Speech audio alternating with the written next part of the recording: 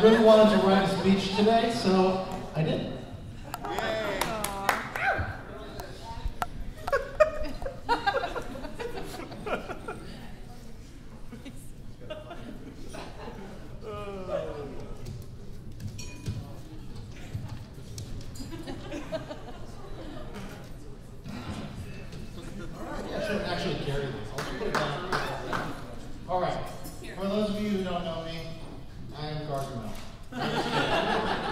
I'm Lauren's brother Josh, Frank's brother-in-law now. I'll try not to look at the paper the whole time, but I didn't memorize this at all. Okay. Frank and Lauren. Lauren and Frank, where to begin? Well, let's begin with Lauren. I've known Lauren since she was 4, making me about 7. And my mother and I lived in a little 2-bedroom in Calabasas. I have my own room, as did she. And all that changed really fast. Within a few weeks of my mom meeting Michael, I was sharing a room, my toys, and my life with 2 kids, Ian and Lauren. We had a bunk bed, which slept 2 of us, leaving one of us to sleep on the floor every 3rd night. The transition obviously wasn't easy for a 7-year-old little brat, I'm not being mean, of course.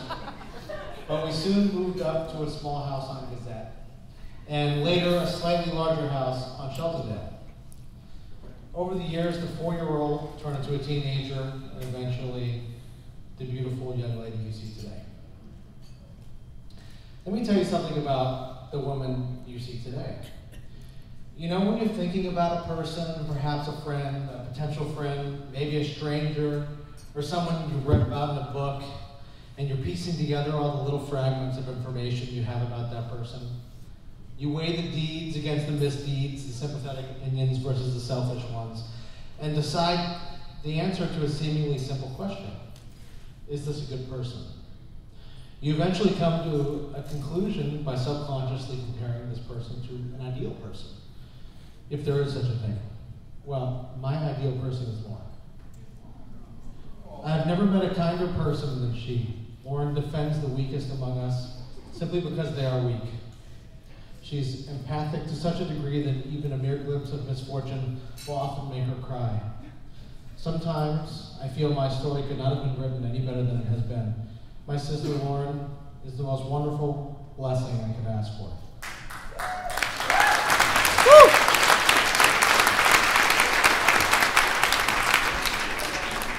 She makes me a better person, and I get to make her a little bit worse. On to Frank. Oh, Frank. I haven't known Frank quite as long, but I think I've gotten to know him quite well in a relatively short time. I think I've grown to love him so much because he reminds me so much of myself, and God knows I love myself. When I first met him, of course, he was wearing those fingerless gloves, a chain between his wallet and jeans, and some beret thingy that made him look like a Cuban guy pretending to be French.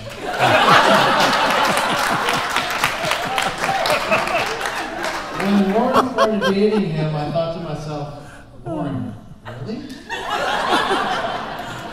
Of course, for more substantive things to dislike about Frank, because hey, no guy's ever good enough for your sister, right?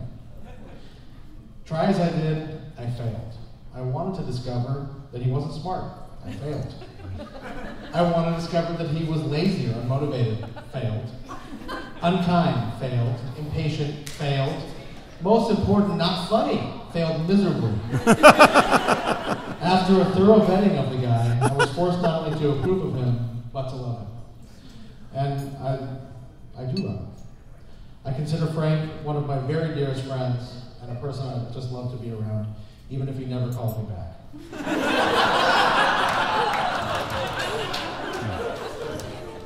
Of course, Lauren is a saint, but she is still a slow, moody when she's hungry or tired. Pain in the ass, at times, and now she's your pain in the ass, Frank. But of all the people I've met, Frank has a magical way of dealing with Lauren. Well, it's really not magic. It's really quite simple. He makes her laugh. Nothing can disarm my sister faster than humor. She wants to be mad, but he makes her laugh. You know, she's putty in your hand. Of course, she might just get mad at you all over again when she's done laughing, but then you make her laugh again, rinse and repeat, she eventually relents. The unit that is Frank and Lauren is a wonderful thing. Emily and I love spending time with them so much that we might actually be getting on their nerves a little bit. So, right now, of course, we're neighbors. We've actually been neighbors for the better part of a year, and it's been amazing. We spend so much time together, time that I cherish with all my heart. Soon we'll have kids, and so will you two. And I can't wait for them to grow up and love each other as much as I love you both. Congratulations, guys. I love you very much. Very much.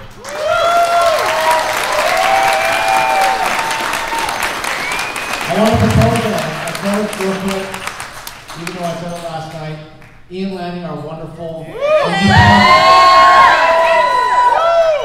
our too soon departed brother, isn't here tonight, but he's here with us. And I said it last night, but I'll say it again, assuming he hadn't already had a few Rugrats running around or hadn't been married, I'm pretty sure this would have been the best day of his life, as it is the best day of yours. I love you, and he loves you.